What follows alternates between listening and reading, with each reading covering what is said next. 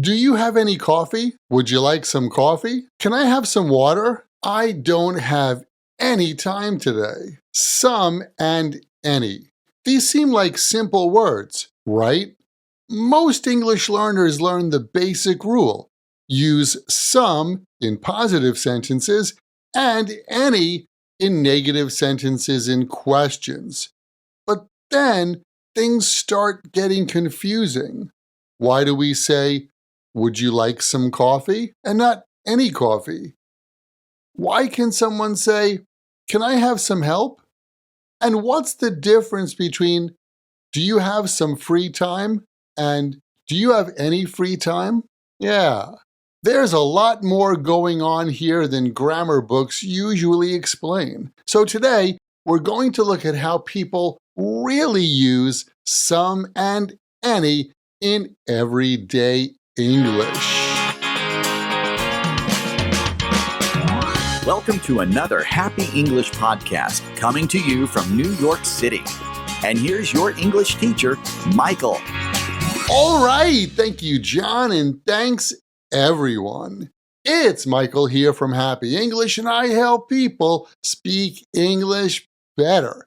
And this is Happy English Podcast, episode 1053, how we really use some and any in English. And by the way, if you're enjoying learning English with me, make sure to follow the podcast so you don't miss any new episodes. Let's start with the basic rule, because honestly, it's still important. In general, we use some in positive sentences and any in negative sentences and questions. You can say things like, I bought some apples, or there's some milk in the fridge. On the other hand, we usually use any in negative sentences, like, I don't have any money, or she didn't buy any snacks. And as for questions, we often use any. Do you have any coffee? Did anyone bring any snacks? So far, so good.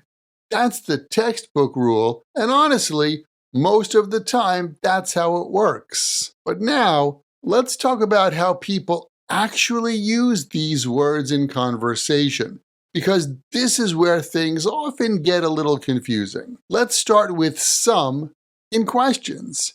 Normally, questions use any, right? Like, do you have any free time on Monday?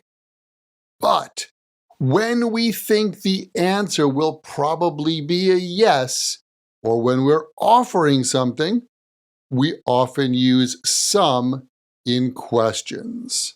For example, if a friend comes to your house, instead of saying, would you like any coffee? You can ask, would you like some coffee? Why? Because you're offering someone coffee and probably they're going to say yes. Here's another example.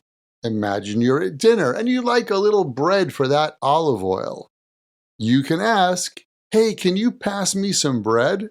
You're not asking if bread exists somewhere in the world. You expect that there's bread on the table. Or maybe you notice your coworker carrying a few files. You can say, would you like some help? Or can I give you some help? Again, we use some in questions like these when we are pretty sure the answer will be a yes. And now, let's look at any. We usually use any when we're asking open questions or talking about something we don't know. For example, do you have any free time this weekend? I don't know. Or, did you buy any groceries? Again, just asking. And we also use any in negative sentences. For example, I don't have any energy today, or there aren't any restaurants open on Sunday. But here's something interesting. We often use any when we mean it doesn't matter which one. For example, you can sit anywhere. That means every place is okay. Or I'll eat any kind of pizza. That means you're flexible. You don't care which kind. Or maybe your friend asks where to meet, and you could say, Anywhere is fine. I have no special preference. Now, here's one more subtle point about some and any. Let's compare these two questions. Do you have any free time? Do you have some free time? These are very close in meaning, but the feeling is slightly different. Do you have any free time sounds more like it's a real question because I don't know. But do you have some free time feels more like I think or I hope you probably do, and I want to ask you for a little bit of it. Like if your coworker doesn't seem busy, you might say, "Hey, do you have some time to help me with this?" That sounds very natural. So sometimes choosing some or any is not just about what the textbook says, it's also about what the speaker expects.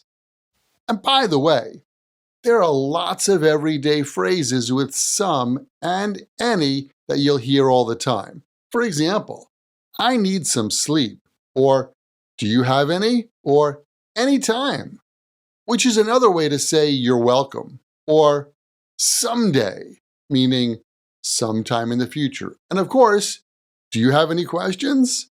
You probably hear that a lot in your English classes. So let's sum up. In general, we use some in positive sentences and any in negative sentences and questions.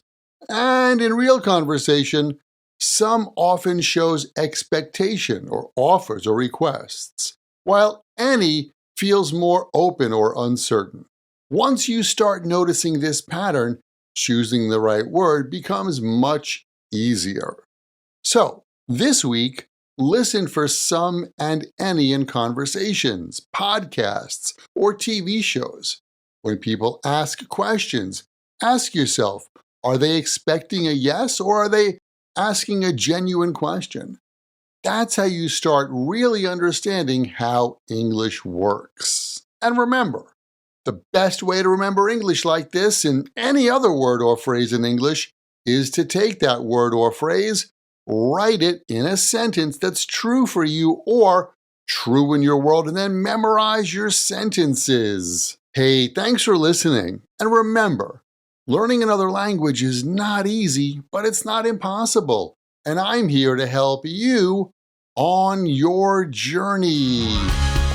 This podcast was brought to you by Happy English. Please visit myhappyenglish.com. Show your support for Happy English by leaving us a review. Get English, get happy, Happy English.